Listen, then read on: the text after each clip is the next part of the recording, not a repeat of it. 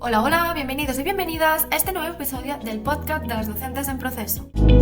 Hoy vamos a hablar sobre un tema importante para mejorar la educación, la evaluación de las competencias. Y es que evaluar por competencias no solo se trata de saber si el estudiante memoriza ciertos contenidos, sino ver cómo puede aplicar lo aprendido en situaciones reales. En este episodio quiero que reflexionemos juntos sobre cómo esta forma de evaluación puede transformar el aprendizaje, porque cuando se evalúa desde las competencias, los estudiantes ganan autonomía en pensamiento crítico y en su capacidad de actuar con lo que saben. Y claro, no podemos hablar de esto sin destacar el rol del docente. Ese docente que no solo enseña, sino que acompaña, observa y guía. Así que ponte cómodo o cómoda, sube el volumen y ¡empecemos! Y empezamos hablando con Paula. Y dime, ¿qué piensas que son las competencias? Gracias, Paula. Pues mira, las competencias son un término para descubrir los resultados de los procesos de aprendizaje, como habilidades, destrezas y capacidades. El acceso a las competencias se da no solo al final del proceso, sino durante el proceso, marcando profundamente el modelo de evaluación. Estas son obtenidas a partir de experiencias educativas coordinadas para lograr conocimientos funcionales, que den respuestas de modo eficaz a una tarea o problemas de la vida cotidiana. ¿Y qué diferencia crees que hay entre contenido, conocimiento y competencia? Vale, el contenido se refiere a la información o materiales que se quiere transmitir, ideas o conocimientos que se pueden aprender a través de textos, teorías, presentaciones, entre otras. El conocimiento es donde esta información la asimila, la procesa y la aplica. Y competencia es saber cómo usar esos conocimientos para resolver según qué problemas en la vida cotidiana. ¿Me podrías decir alguna crítica sobre los currículos actuales centrados en contenidos? Una de las críticas sobre los currículums actuales centrados en contenidos es que hay falta de actividad práctica. Con esto quiere decir que los docentes tienden a enfocarse en la transmisión de información teórica, en vez de aplicar conocimientos más necesarios donde puedan aplicar en la vida cotidiana, como resolver problemas o enfrentarse a situaciones del exterior. Otra crítica de que se centre en contenidos es que los alumnos tienden a aburrirse. Eso hace que pierdan el interés, ya que no suelen tener en cuenta los intereses y necesidades individuales de los estudiantes. A todo esto, considero que si las aulas fomentan la creatividad y la innovación, los niños y niñas estarían más positivos frente a este problema. Muchas gracias, Paula. Y seguimos con Mel. Dime, ¿y si la evaluación fuera realmente un motor de mejora en lugar de solo una calificación? Muy buenas tardes, Paula. Pues en educación infantil la evaluación no se basa en calificaciones, sino en acompañar el desarrollo de cada niño. Se observa cómo juegan, se comunican y crecen, usando la evaluación para conocer sus necesidades y ayudarles a avanzar. ¿Y cómo podríamos aplicar una evaluación continua y formativa que acompañe el aprendizaje en cada paso? En esta etapa se evalúa todo el tiempo de forma natural, es decir, observamos cómo los niños exploran, se relacionan, cómo resuelven problemas o expresan emociones.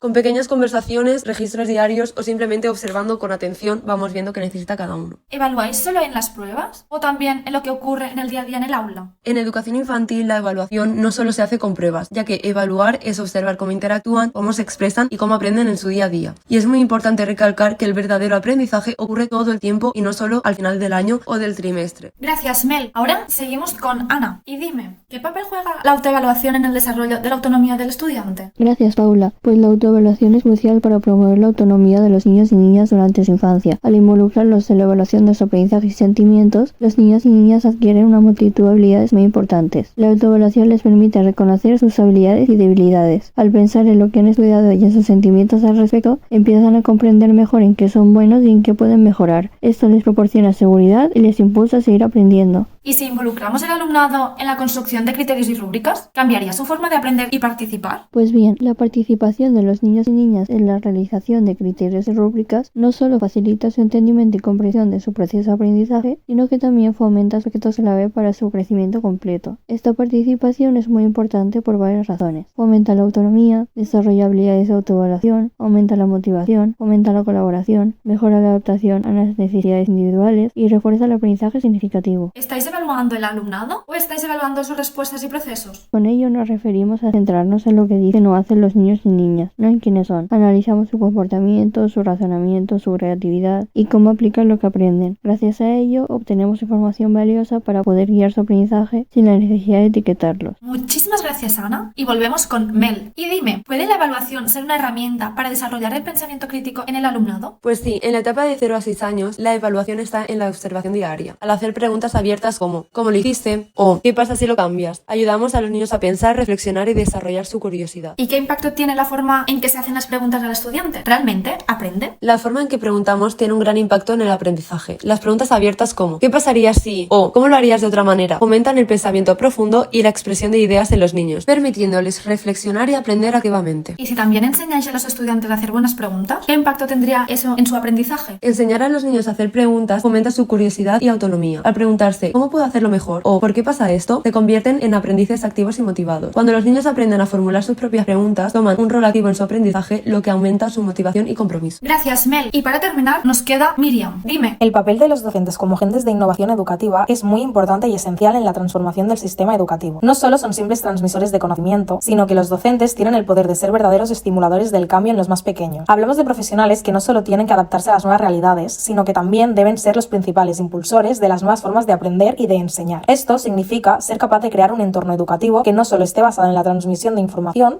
sino que también promueva el pensamiento crítico, la creatividad y el aprendizaje autónomo. ¿Por qué evaluar competencias debe verse como necesidad y no como una moda pasajera? Evaluar competencias es una necesidad real, ya que no nos interesa que los niños y las niñas memoricen datos, sino que sepan usar lo que aprenden, así adaptando la enseñanza a sus necesidades y preparándolos para el futuro, y así poder desarrollar habilidades como la creatividad y la resolución de conflictos. Y así concluimos nuestro podcast sobre la evaluación de competencias. Queremos agradecerles a todos por acompañarnos en esta gran reflexión. Vuestro interés y participación son fundamentales para seguir mejorando en la educación. Gracias a todos los docentes que a día impulsan el cambio y a los estudiantes que nos inspiran a innovar. Hasta la próxima. Y eso fue todo por hoy. Gracias, chicas, por acompañarnos. Gracias a ustedes por estar escuchando. Espero que lo hayan disfrutado tanto como yo y nos escuchamos la semana que viene. Hasta la próxima.